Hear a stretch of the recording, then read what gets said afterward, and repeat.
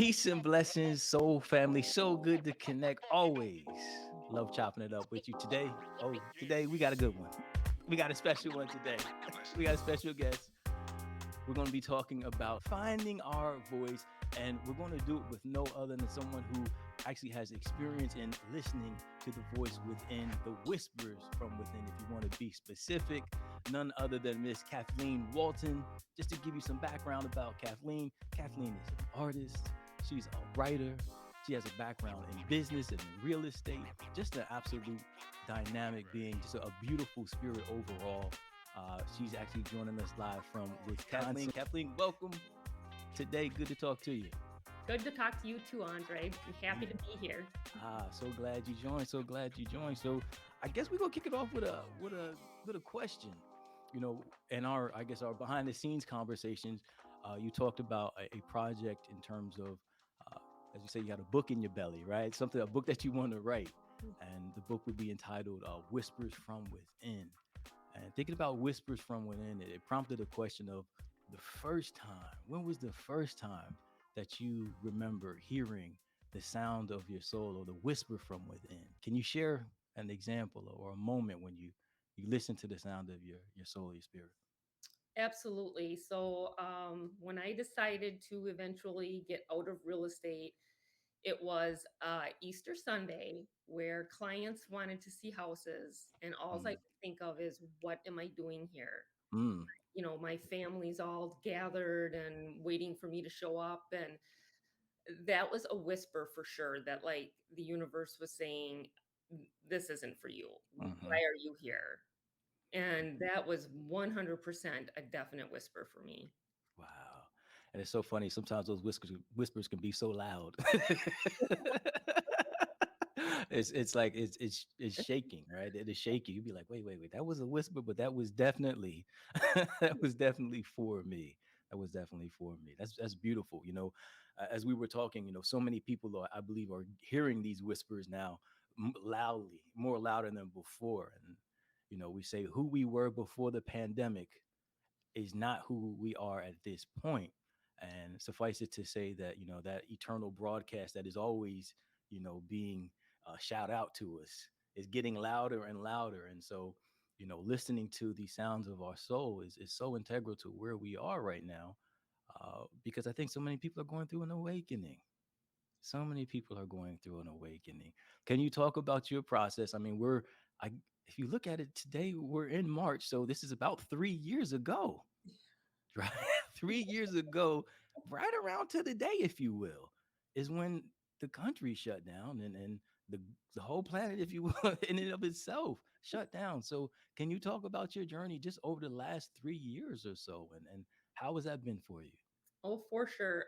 Yeah. So I would say in 2015, I started my self-development journey, but in 2020 is when my ex-husband and I had separated. And that was an awakening moment for me because we didn't know where we were going to go, what direction we were going to go in. And I really reached into my spiritual side,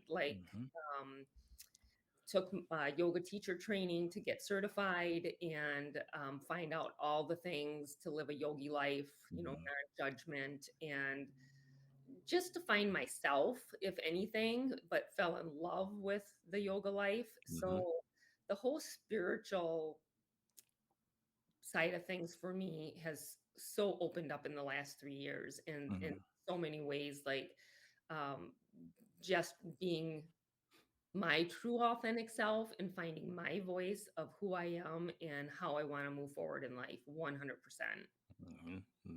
Now, was that something was there like one day where you just kind of like woke up, or was that incremental? What was the experience like for you? It was a little bit more incremental. I started like working with a friend of mine who's been a yoga teacher for many years, and she's also a Thai massage therapist. And then she started to do just a little bit of like spiritual guidance thing. And I'm a huge Reiki person. So starting with her and my Reiki and just kind of like just listening to my spiritual side and moving forward in just trying to find what my heart wanted. I guess is the best way to put it. So it was steps. Mm-hmm. And so Mm-hmm. once I got through my yoga training, I didn't want to teach necessarily. I do some teaching, but it's more like just I liked the practice of it and finding my Zen place. I don't know how else to say that, but just Mm-hmm. falling in and just being for an hour, without any interruptions.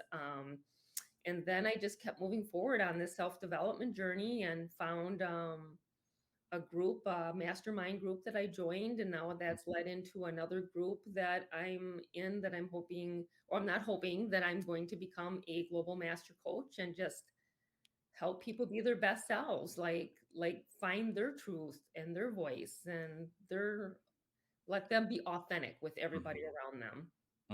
I love that. I love that. You said something that just perked my ears up. You said, finding what my heart wanted. All right, listening to the part where you're listening to your heart, which is so important. I think sometimes, we'll try to tamper down that voice, right? Or make an excuse not to listen to it. But it's such a significant point of living a true and authentic life.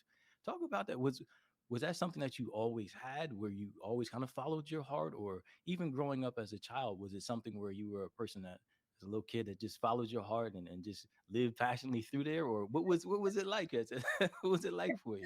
Okay, so that's a fun question because I've always been in the like motivational and inspirational side of things. Mm-hmm. And so weird when I was going through a bunch of stuff, I don't know, it might have been a couple years ago. I found this file of all these papers of motivational sayings and inspirational sayings. And Okay. it was a file I got when I was probably in high school that I put together from a track coach I had because she would always give us these sayings. Mm-hmm. And yeah, like that's where my heart's always been. And I didn't realize it. Like I wouldn't listen to that part of it, right? I mean, I knew it was always there, but I just Mm-hmm. wouldn't listen to it until the last several years. Like Mm-hmm. all of a sudden it was it was pushing me in that direction to follow that part of my heart, my soul, my dreams, to like motivate people, inspire people, have them wake up in the morning and just want to take on the day, even though they're having a bad week. Because we Mm, can do that, right? It's all in our perception and our thoughts. absolutely. Just because something bad happens to us doesn't mean we have to go into this downward spiral, or at Right. least not sit in it. You can have your moment, but then pull yourself out and know that, you know what, you should be pretty grateful for what's around you. You have a roof over your head and clean water and all the little things. You just got to remember the little things. So, Mm. That's so dope. That's so dope. The gratitude part of it, right? Always something to be grateful oh, for. for sure. It's so funny. Whenever I go to yoga in the morning, there's a guy there by the name of Daniel. And, we'll be changing to go into the studio. And he always, without fail, Andre, tell me one thing that's good. Tell me one thing that's good. And it literally just both of us getting into that vibration of gratitude. It just lifts everything. It lifts everything. And that's something that's free and easily accessible to everybody, right? No matter what we're going through, it is always available to just be grateful for it. I remember when my kids were little, we used to, and this is a challenging time for me too, because I had gotten laid off. My son was only maybe like 5 months old. My daughter was 2. And so I had gotten laid off from my job. And I was like, you know what? I'm not going to stress through this thing. I'm going to be grateful. And so we got these gratitude journals. Remember the little black and white composition journals from school? I thought I needed like one of those big fat pencils to write with it. And I'm sitting there right before bed. I would write, go around a circle. What are we grateful for? And it would just be something simple, just going to the park and going for a walk. I remember one day I asked my son, excuse me, I asked my daughter what she was grateful for. She was like, biting. I was like, oh, always something to be grateful for. And I keep these journals because I go back and keep in my top drawer and I go back and I just look and I reminisce and I just remind myself that, no matter what the situation or circumstance is, it's always going to work out. I love how Reverend Michael says, if it ain't all good, it ain't all done. And so I know it's always going to work out. It's just, what is my posture as I'm going through it? Is it going to be one where I'm feeling sorry for myself or feeling like a victim? I'm going to hold my head up and know that it's going to be good. And who I'm becoming in this process will be greater than who I was when I started. Because that's the beauty of what we're going through. it's a blessing. It's a blessing and all of that. That's so dope. So dope. So take me back. I mean, you started the spiritual journey and doing more yoga. What was it like before? I mean, before you came into the process. I mean, have you always had you said you're a track coach? You have momentum, or excuse me, motivational quotes around? What was it like as a little kid? I always think we have these qualities as a child, Oh, and somewhere along the way we lose it or we forget about it, and but we pick it up later on. So what was it like growing up for you? yeah. So I think I've always had that personality where I've been able to pull myself out of different difficult situations with mindset, Hmm. never realizing that's what I was doing when I was younger, obviously. The other thing that I've always found interesting, and my son actually pointed this out when he was like, I don't know, 8 years old. People tend to open up to me without me asking. Mm. So, like, Hmm. often, like, when my son and I would be in the reason why he pointed it out, like, for example, a shopping line, like, checking out, Hmm. someone would, like, start talking, and we'd start having a conversation, and they would, like, start telling me their life story, and one day my son's like, "Why do people do that?" I said, "Why do people do what, sweetheart?" And he goes, "Why do people always tell you things, Mm. and you don't even ask them?" And I'm like, "Hmm, I don't know, good question." Well, I must just have always had that aura because even as a child, and I always tell people this, and they're like, "What?" I was kind of like the misfit, right? I didn't like, hang out with the cool kids, and I didn't hang out with the, I don't know, the troublemakers. I was like the class clown. I was everybody's friend, but I always attracted the misfits, Hmm. other kids that didn't have a group to hang out with. And I've just always had that personality. And I think it's because I try to always make people feel better. I always try to uplift people. And, Hmm. it's just where I've always come from. And you're right. Then as you're getting older, and you have your beliefs that people instill in you when you're young too, which I've had to break through some of those. But as you get older, people kind of squash that child like presence that you carry. Hmm. um, I was told for a long time not to follow my artistic route because there was no money to be made in it, so I didn't. Um, and I went into a different career, different lifestyle, Hmm. but I think I have found it again. Like I have found that childlike presence where I want to do the good and be the good and help people, and it just makes me feel good Hmm. when I can Hmm. help other people. So does that, I mean, that answers your question, right? It's It like does. I lost it for a long time, but I found it again. Hmm. So, Hmm. yeah. Yeah, the light has always been there. Yeah. Yeah, the light has always been. And it's so great because the light attracts people, right? That's why Yeah. folks feel so comfortable, just coming up to you and having conversations and opening their heart because your heart is open, and you're a soft landing for them to be able to share and to feel comfortable in sharing, but also to also elevate and expand their consciousness as well. It's a beautiful thing. It's a beautiful space to be in, because oftentimes you can pick up on people's energy before they even say anything. I mean, as an energy worker, I'm sure you're well aware of it. When you're around someone and they're fully aligned or their heart is open, the vibration just increases. Yeah, for It sure.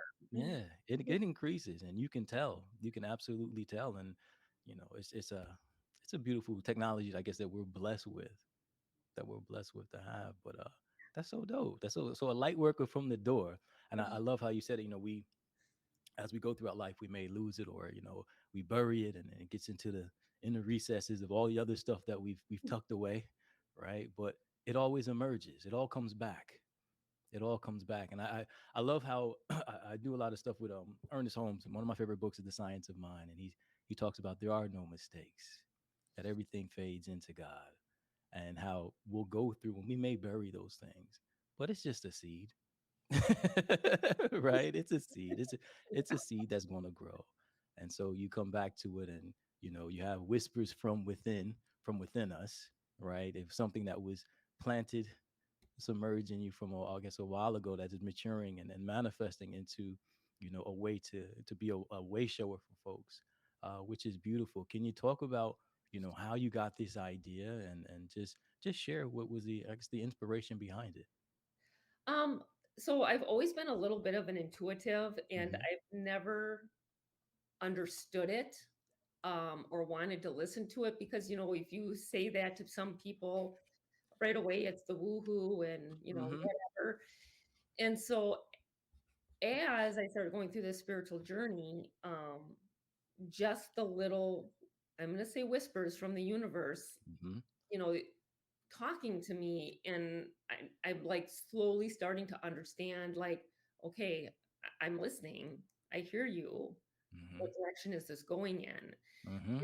So, yeah, like just that's kind of where the whispers from within us came, is because I think people forget to listen Hmm. every day. Like you just listen, like, yeah, you're running 15 minutes late and you come upon a accident. You Hmm. were meant to be 15 minutes late, so you weren't in that accident. It's just like those little things, like, yeah, stuff comes and gets in the way every day, right? Hmm. You just have to walk over it, walk around it, or figure it out. There's always a solution.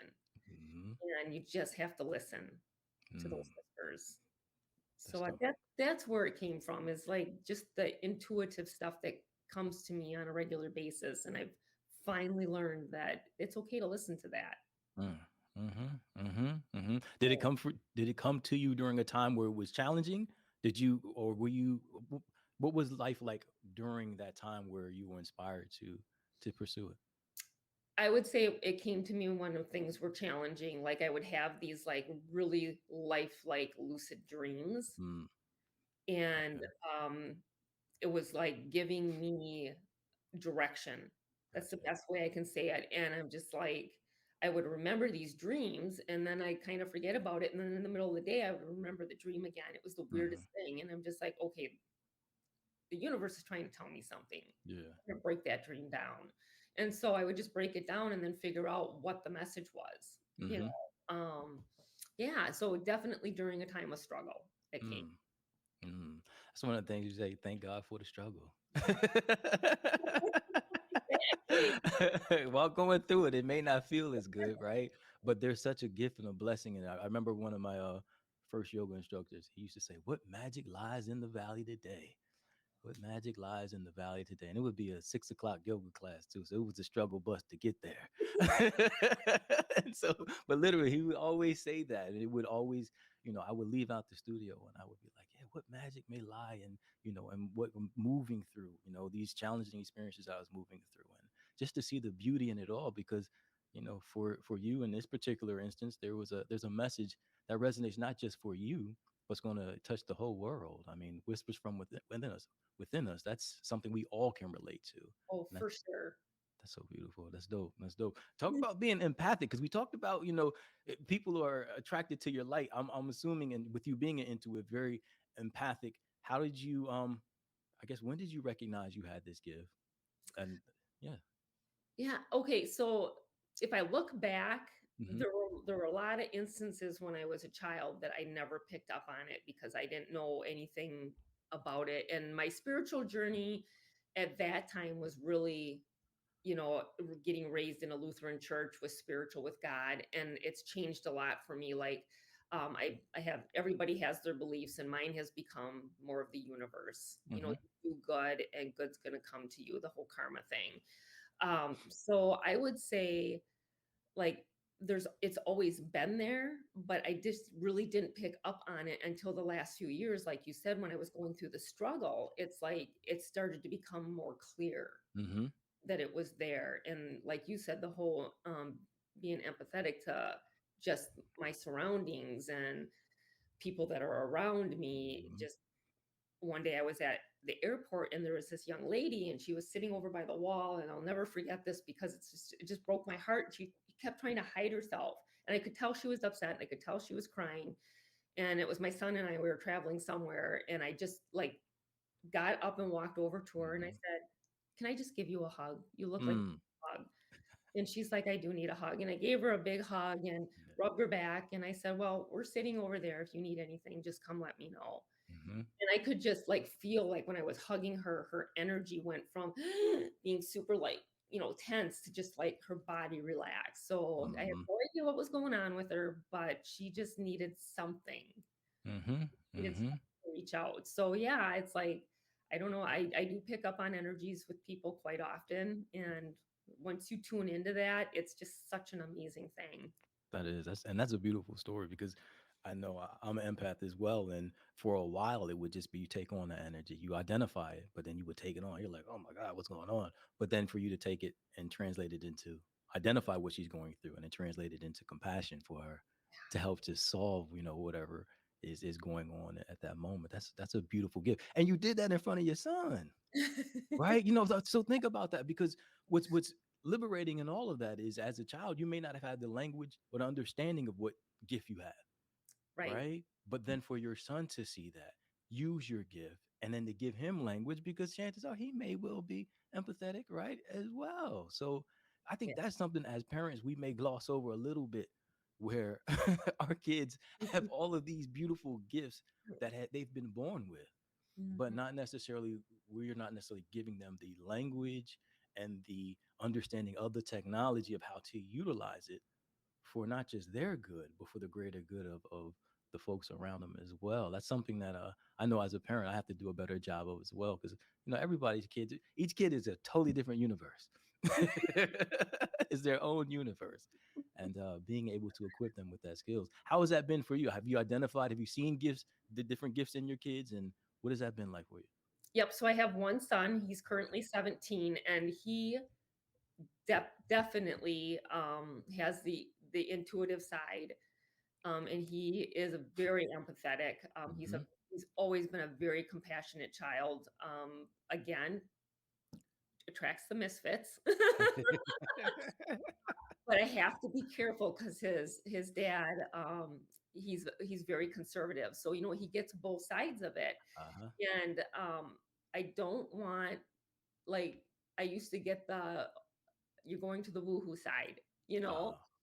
which that's everyone's opinion and they're allowed, but I make sure I talk to Jacob about it once in a while, especially like the whole technology thing, right?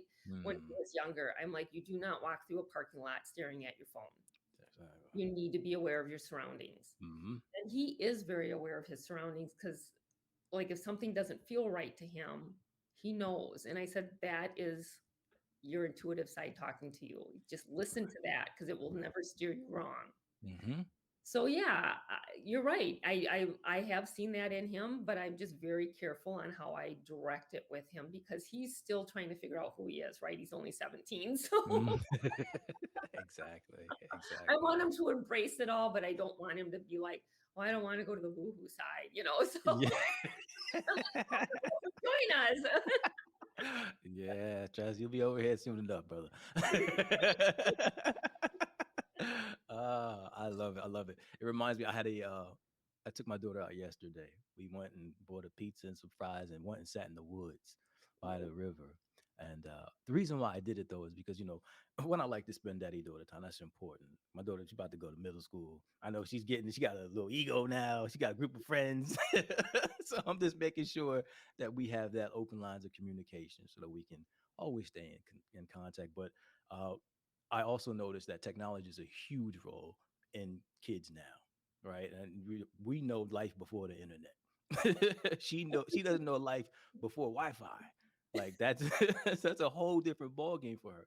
But always making sure that she has the understanding to bring it back into nature, back into balance and harmony with who we truly are. And the way to do that is by being still and being in nature. So I always wanted to just impress that on her, particularly yesterday, that there's a certain vibration out here in nature. It may be the woo-woo to you right now, but as you get older, you'll come to understand that we all have to make sure that we, synchronize or make sure we align our vibration with our true state, with a sense of ease, grace, and flow. And if you want to find that, come out in nature. It's abundant. It's abundant. So being mindful as a parent, I think, is so critical. Not just you talked about it before, just with the whispers from within us, being mindful, just being mindful as part of our practice. What are we thinking about? We have that ability to think about that. Speak to Yeah. Yeah. You about to say something? No, Okay. Yeah, just being mindful about what are we thinking about? That whole reflective consciousness. We can think about what we're thinking about, right? And being mindful of that, whether we're washing dishes, whether we're doing any type of menial task, what is going through our awareness at that time? What are we focusing on? Because I think that ultimately amplifies the voice of the whisper within us, right? So our mind is no longer distracted or being pulled by thoughts that aren't even ours. Let's talk about it. Thoughts are floating through the atmosphere at all times, and we latch onto it with our attention, and but not become mindful enough to say, "Hey, wait a minute, I'm thinking about this thought, and I don't even want to experience that outcome." Right?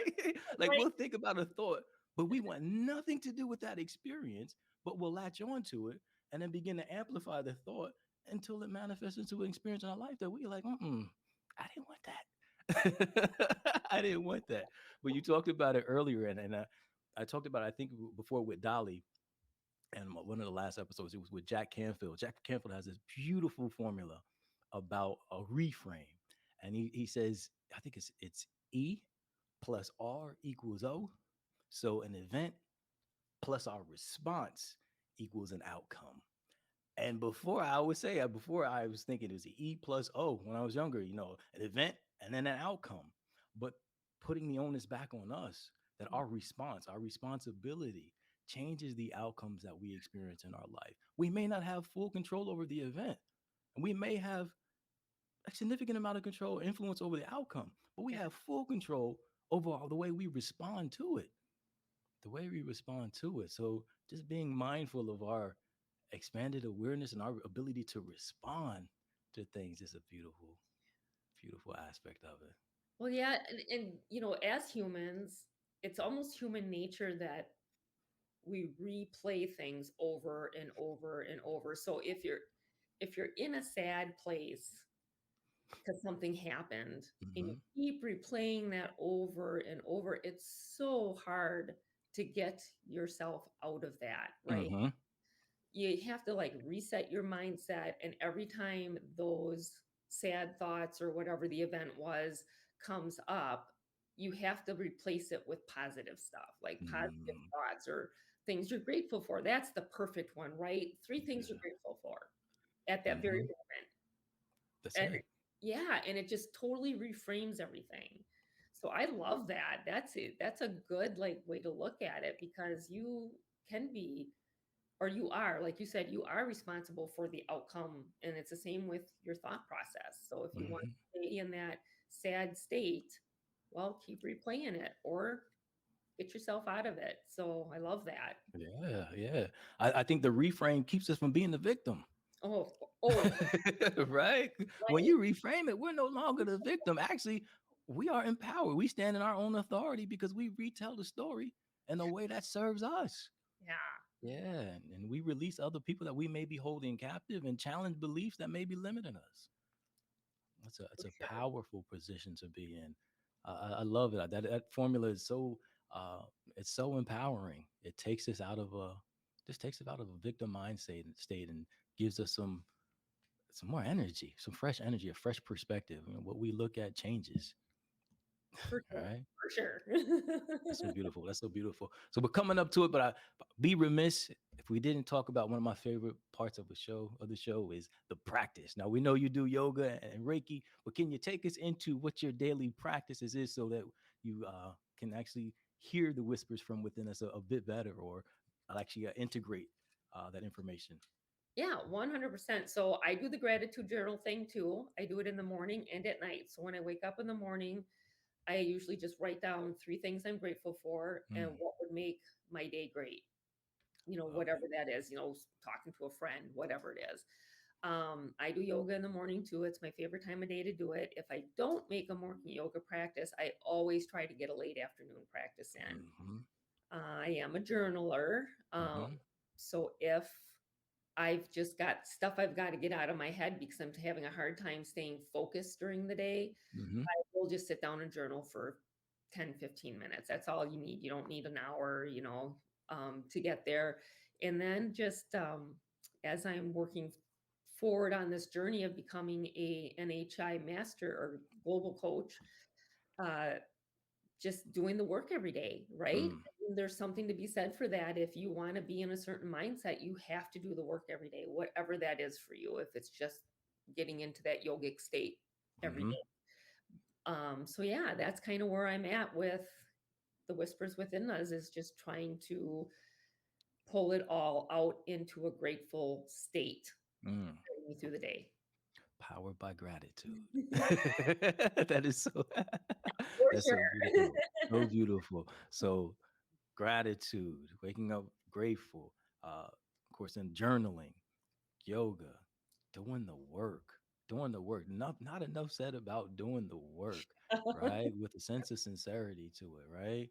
Yeah, Like just being fully committed, 10 toes down to just doing it. for That's a sure.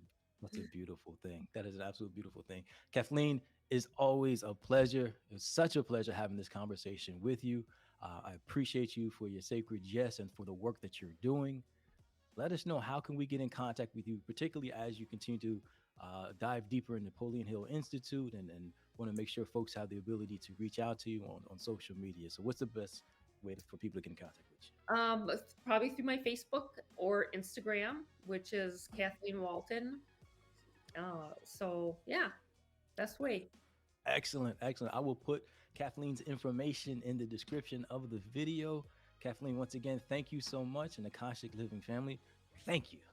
Appreciate you. Love Thank, you. thank you, Andre. Indeed. Indeed. Don't forget to like, comment, and subscribe. And we'll be back with another one at another date.